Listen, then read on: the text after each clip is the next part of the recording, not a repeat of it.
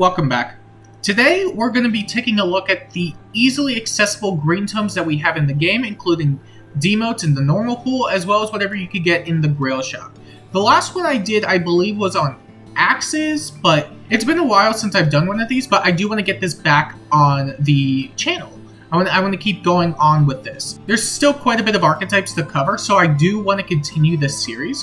And potentially we could even go into the 5 stars, but depending on the amount there are, because there are generally a lot more 5 stars than 4 stars, but also due to the fact that they're also like seasonals and whatever the case may be, there's just a lot to consider. But in any case, I want to continue this series, and we're going to continue this with the green tomes. So for today's viewing pleasure, I'll be discussing all the easily accessible green tomes that we have in the game. Nothing seasonal, even if they're a demo 4 star, because those aren't as easily accessible. You still have to wait for a specific banner for those. And before we get started, there are a couple things worth prefacing. Mainly the way I'm going to be ranking these units. I'm going to be ranking them on a performance rating and a cost rating. So the performance rating is basically just complete subjectivity based on how I believe they hold up in the current meta, while the cost rating is basically how easy it is to invest into on a minimalistic level. So for example, you can invest whatever you want into whatever unit, but generally if you want to just get them off the ground and somewhat usable, or just usable in general, then the amount of skills they'll need will ultimately differ. So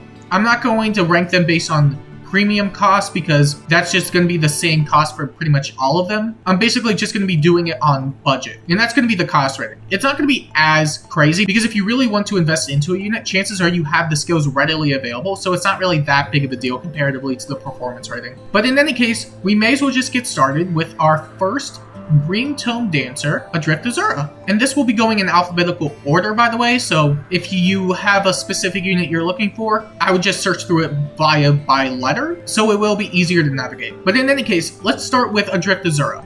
Adrift Azura is going to be one of the easier units to rank, mainly because she's an infantry dancer. And as far as dancers are concerned, they basically live in their own world.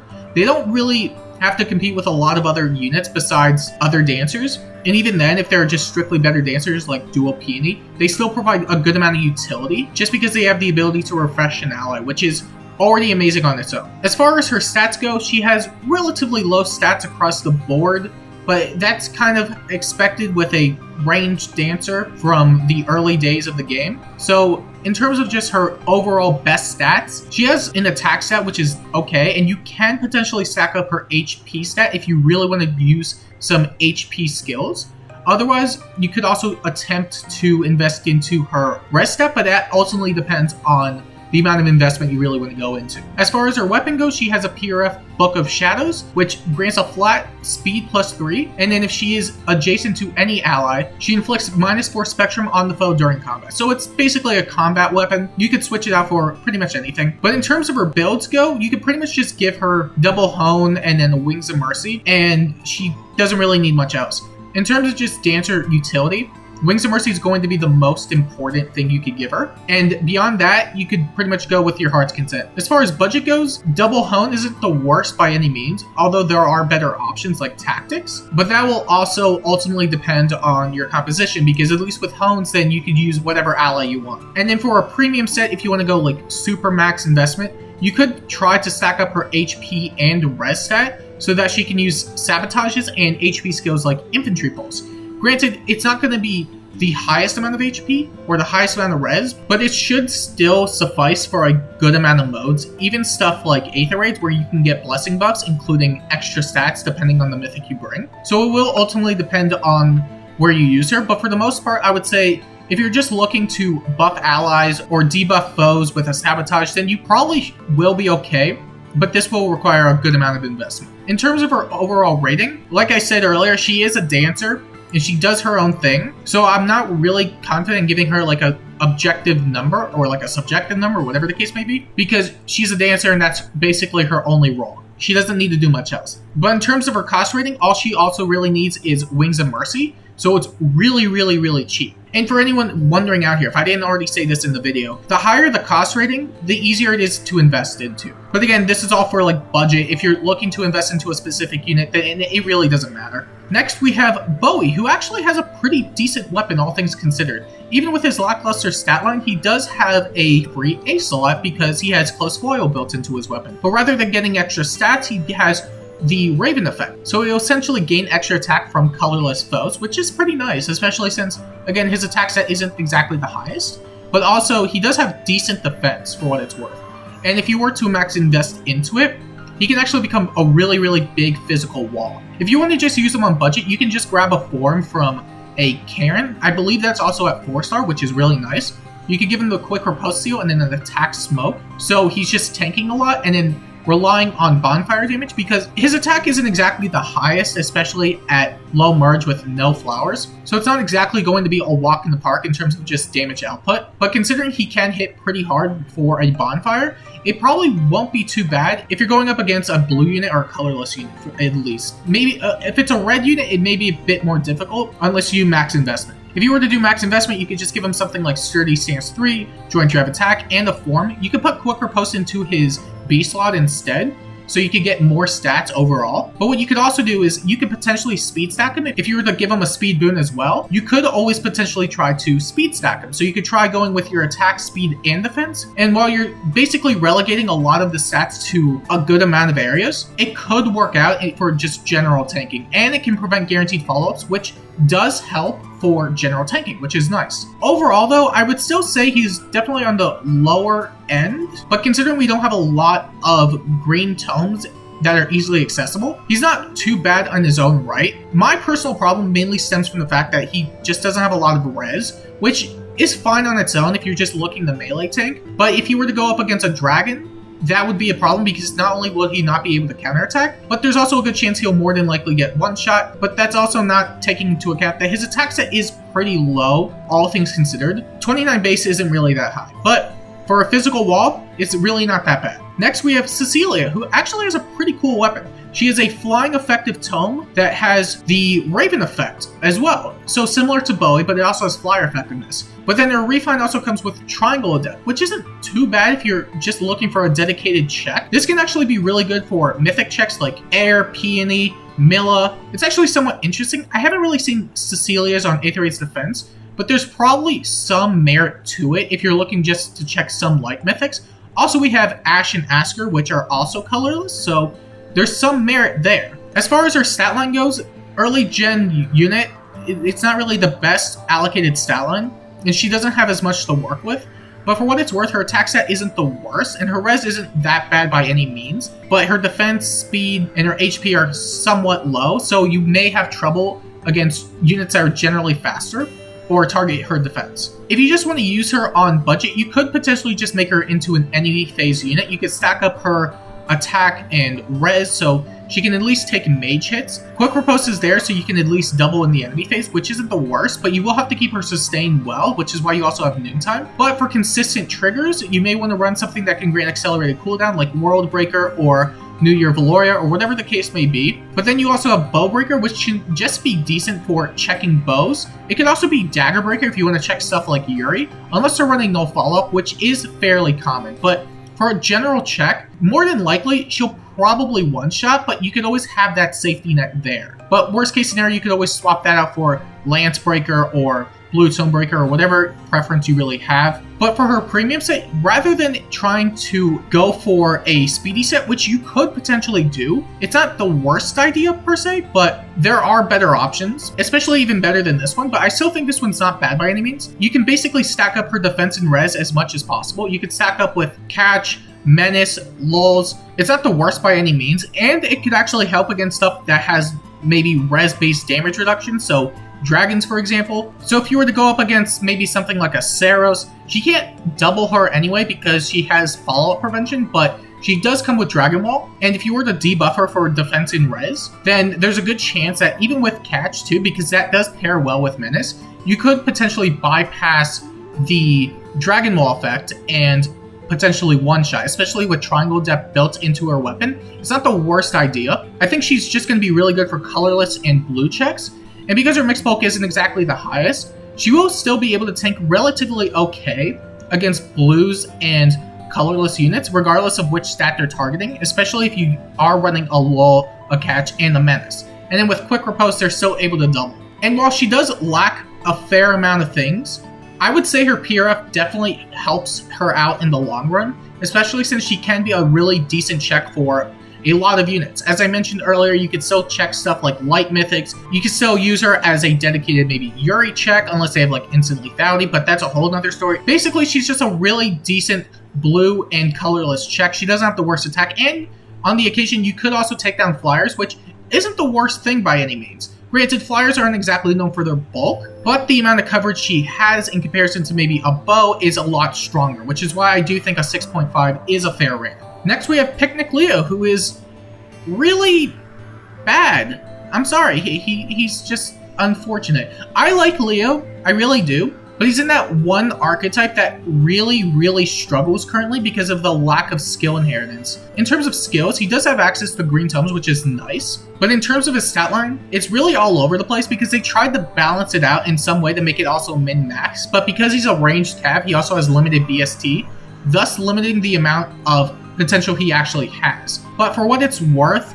he could potentially do something in the enemy phase because he is a green tome unit. If you want to just use him on budget, which will probably be really difficult, you can run double distant defense with attack smoke and quick riposte, and then maybe a defense refund with sandwiches, so he does have okayish mixed bulk against ranged units. With this set, he'll gain at least 12 more points of defense and res from his A and S, so he could potentially take a hit. Damage-wise, it'll probably suffer because he's only getting 49 effective attack, but nevertheless, I don't feel confident in using him on budget, but if you really want to, this is probably the best thing you can do, especially since he comes with distant defense and quick riposte as is. But if you want to build him on premium, you could actually go with a double unity set, which actually could work really well. As I mentioned, he is a green tome, which means he does have access to quite a good amount of stuff, such as Snow Globe, which is attack res unity.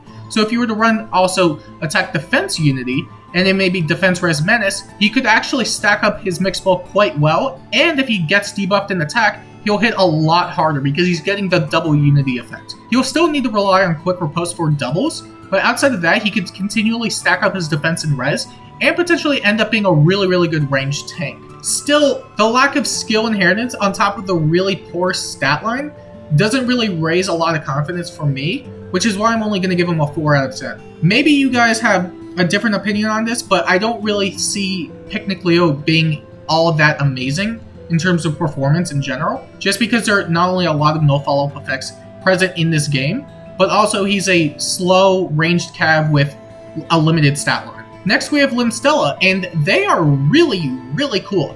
I like them, they are really cool.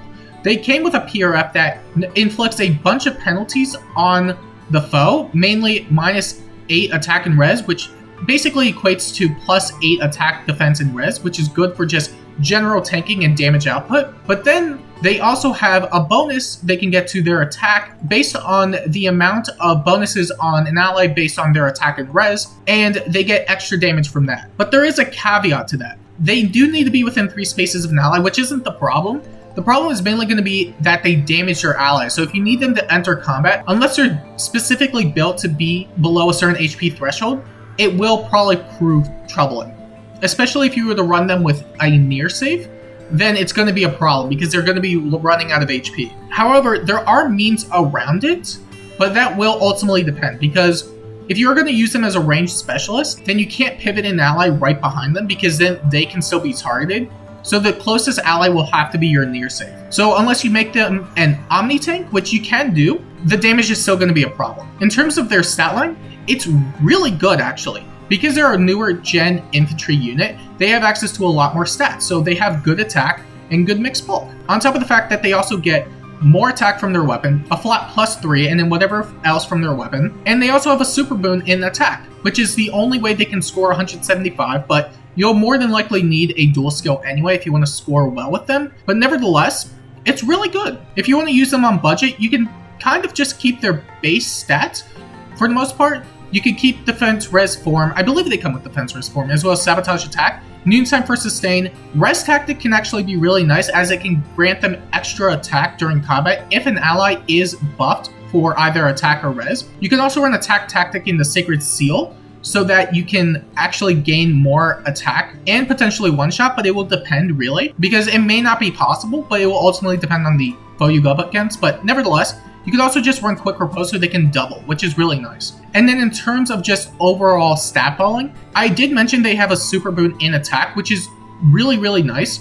But if you want them to act as a mixed tank, you can give them the defense boon, which is what I did in this build. Stack up ideals and menaces, so that way they're not only hitting harder, but attacking a lot more. I noticed I put Defense Res Menace in a good amount of these builds, which there are alternatives for sure. So it's not something you necessarily need just to have on them, but for what it's worth, it's still pretty decent. It definitely works better with units that have adaptive damage, but nevertheless, it's not a bad skill to have. So with Defense Res Ideal and then Defense Res Menace, they're getting a pretty big stat swing on top of the fact that their weapon also debuffs foes for 8 attack is really, really good. And then you could also run Mystic Boost for sustainability purposes. You could also run a close counter set with maybe close reversal if you have a spare gatekeeper and joint drive defense, which actually works out pretty well. And in my honest opinion, I believe as of now, Limstella is probably the best accessible green tome that we have in the game. There are other units that do provide other niches, so it's not necessarily like a cut and dry, you should only use them, because there are other units that can do other things that Limstella can't. But in terms of just general performance, I find that Limstella is going to be a lot better, especially since they can also neutralize any sort of follow-up attack, which can still be an issue because, as I mentioned, no follow-up is really, really prevalent, as well as guaranteed follow-ups, and they aren't fast, so anything with a guaranteed follow-up or no follow-up will still double them anyway. But nevertheless, it's still a nice effect to have. And in my opinion, if you're looking to build a green tome, Limstella is probably one of your better choices. Next, we have Luthier, who's a generic unit. He's not the worst by any means, but he doesn't really bring anything decent to the table. He has a good offensive stat line of 37, 36 attack and speed, and a workable res set at 30. He also has a good HP set at 43, so that's pretty nice, and a defense stat of 20, which is going to be your dump stat for the most part, but it's not bad by any means. If you just want to use him on budget, you could just go with a Desperation set. I put a Desperation set for both of them because in terms of just player phase green tomes, we don't really have too many options. Grand Fox and Madness Flask are probably going to be the most notable options, so for budget purposes, you could keep Swift Sparrow 2, give him Desperation Speed Smoke so he could secure doubles, and Fury 3 so he could fall into the Desperation range even quicker. And then you can upgrade that build to a Madness Flask Fury 4 set with Fury 3 Seal, so he's taking 20 chip damage every combat. You could also run him with Medius, as he will prevent any sort of chip damage that he will receive, which is funny, but it will also be anti-synergetic with Desperation. But if you are to do that, you could always swap that out for maybe a lull or no follow-up. And then Joint Drive Attack is just there for extra attack, which is pretty good. And in terms of performance, I find that he's fine, but he doesn't bring anything new to the table. He is relatively cheap to invest into in terms of budget, but in terms of just player phase green tomes are concerned, I find that they're just a bit lackluster, and they would definitely benefit from a new inheritable, as we are seeing with newer weapons, like swords especially are getting stuff like Coral Saber, and bows just got White Cap. If we could get something to a similar vein, I can see maybe promoting them, but for now, I find that the inheritable options are somewhat holding them back. Next, we have Merrick, who is one of the few easily accessible units with a slaying tome, which is really cool. He also has flyer effectiveness, which is really nice just for checking flyers, but again, flyers aren't exactly like known for their bulk. There are some, obviously, like Ashnard is a really good example, but for what it's worth, he could still provide a good amount of utility, and because he has the flyer effectiveness, he does have a lot more value than maybe something like a bow would, depending on like the unit, of course, because if you have a slaying bow, then you can do the same stuff, but again, it ultimately depends. For what it's worth, he is a really easily accessible unit with a slaying tome, which is really valuable in general. We do have Reeve, who has a slaying tome, and he's generally a better investment because he has a lot more attack. But with the flyer effectiveness, you could always secure some decent kills. His attack set isn't exactly the best. He does have a Resplendent. It doesn't really help amazingly, but it's better than the 26 attack he starts with. So whatever it's worth, you can still invest into it. In terms of budget, I find that he's going to be a bit hard to use, mainly because his defensive stats aren't exactly the best, and if you want to use something on premium, then it's going to require a lot more skills. In terms of just his weapon, he still gets attack speed 5 and fire effectiveness, so you could always just make him into a ranged tank, stack up his attack and speed so he's avoiding doubles, and then eating a hit or two depending on the foe he goes up against. With double distance defense, he does get 40 effective defense, which isn't bad at all. But in my opinion, the best thing you can do with Merrick is a Blazing Wind set, as he does have slaying in his tome, and you should refine it for attack, so he does have extra visible attack, as the AoE does scale based on visible attack. You can still keep the effective refine, as that will grant more in-combat attack and speed. which can also be nice for checking units that have speed-based damage reduction or just hitting harder in general during combat. But for general AoE purposes, the attack refund is going to be better. Double life and death is going to be imperative if you just want him to hit really, really hard for the AoEs, because again, it does scale on visible attack. And then Special Spiral is there so he can continually loop Blazing Wind, which is the benefit that comes with a Slang Tome, as he will have to run stuff like Heavy Blade or Flashing Blade, and can continually stack up life and death. And similarly to Linstella, I find that he's one of the better investments you can go into. Granted, he does require a lot of investment. He will require 20 flowers, and soon enough 25 flowers if they increase the flower bin. We are expecting that to happen during the CYL banner, which is upcoming, but it will require a good amount of resources if you just want him to be effective. And if you have Reeve, he has more attack right out the gate, so if you're just looking for an AoE user, Reeve is definitely going to be better, especially since he can also be pulsed, as Merrick's HP is really, really high comparatively. Next we have Nino, who doesn't have necessarily the worst PRF, but it's definitely a bit outdated. She has a Blade Tome that doesn't have any sort of cooldown penalty, and even attack wave built into it, which is okay. It's not the worst. Could be better, but not the worst by any means. She has low HP, low defense, she has decent attack and good speed, and okay-ish res. It's not like the best, but in terms of her general stat line, could be worse, to be honest. If you just want to use her on budget, you could always just stack up her attack and then run chill res so you can aim for one-shots. Because Iris' Tome does have even attack wave built into it, you can run odd attack wave in her C slot and always have an attack bonus active, which is really good just for getting extra damage out. And then double death blows there just so you get 12 extra attack and you can still potentially one-shot. But if you want to use her on premium, you can stack up her attack and speed and run Flashing Blade and no follow-up. So that way, you're at the very least getting a healthy amount of damage out, but you can also prevent any sort of speed-based damage reduction effects, and generally just hit really, really hard. You can also run Bonus Doubler, which is a thing now. It's really nice if you just want to have extra stats going, and it can actually help her tank hits, especially if you have to do that against maybe a distant counter unit or a far save unit or whatever the case may be. So if she has a defense and res bonus, or just one or the other, she can still take hits like that, especially with Bonus Doubler, which is really nice. However, it is worth noting that it doesn't necessarily benefit her Grand Blade. She does get 6 extra attack from it, but outside of that, it doesn't really give her more than that for the extra damage. And despite having an outdated PRF, I find that she will still be a bit better than the likes of Luthier and maybe other generics that use any sort of green tome inheritable. I find that at least with her weapon, she'll be able to output a lot more damage comparatively, which is why I do think a 0.5 above is more than fair, at least for Nino. Next we have Orochi, who's kind of in a similar vein to Bowie, but rather than having low res, she has low defense. But she does have a lot of attack, like a really high amount. 40 base is really high. She has a PRF that grants Res+3, which is static, so she already starts out with 40 base res, and then if her HP is above 25% or more, she gains an additional attack res bonus of 6 points, and after combat, she inflicts panic on foes within 2 spaces, which is really good. It's panic smoke with attack res, and yeah, it's not bad at all. In terms of just using her on a budget, I would say just stacking up her attack and res is going to be more than enough. You can also run attack smoke if you want her to take hits better, which can also help, especially against units that target her defense, because that is relatively low, and she is more than likely going to be doubled a lot of the time, which does suck, but blame Faye for that. She can also run quick riposte, so that way she can always double in the enemy phase, provided that there aren't any impact effects or no follow-up effects, but as long as she can get that double, she can always trigger Iceberg, which is really, really nice. And then for her premium set, you can just continually stack up her attack and res, run attack smoke 4, so you can actually prevent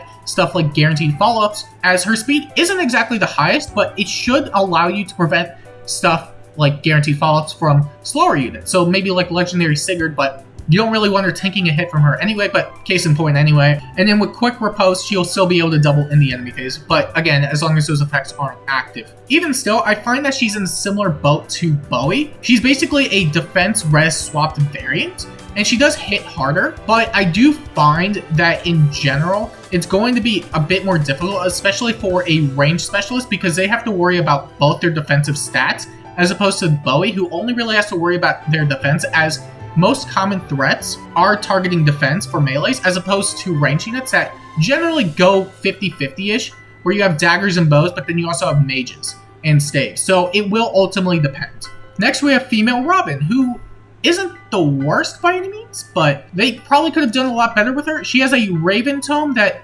has a Spectrum Tactic effect, which is okay for if you just want to get visible buffs, but if you just want to do that ready to go and you don't really want the team limitations, you could just use Fa. I would just recommend Fa for that point. In terms of her general stat line, it's balanced for sure, but it's definitely low balance. As you can see, she has 29 attack speed defense, low res at 22, and then 40 HP. It's relatively balanced across the board. If you want to use her on budget, you may as well just turn her into a blue and colorless check, run triangle depth, quick riposte, and you can also give her some drives if you just want to provide some support too, as Tactical Gale is a pseudo support weapon. And then if you want to use her on premium, I highly recommend just making her into a full support unit. I find that her stat line isn't going to allow her to perform adequately in terms of combat.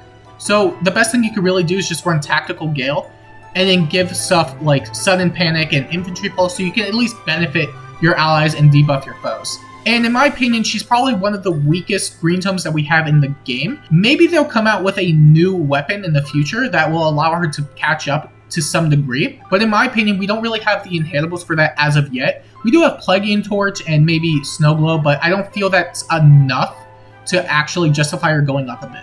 And then lastly, we have Soren, who has a chill attack weapon with Owl Tome built into it, which is a weapon. It's fine.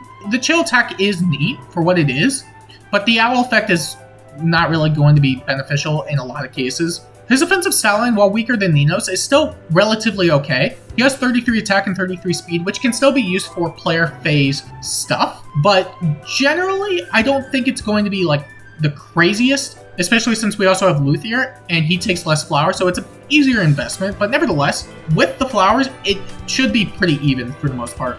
His res stat is also pretty workable at 29, and his defense stat is low.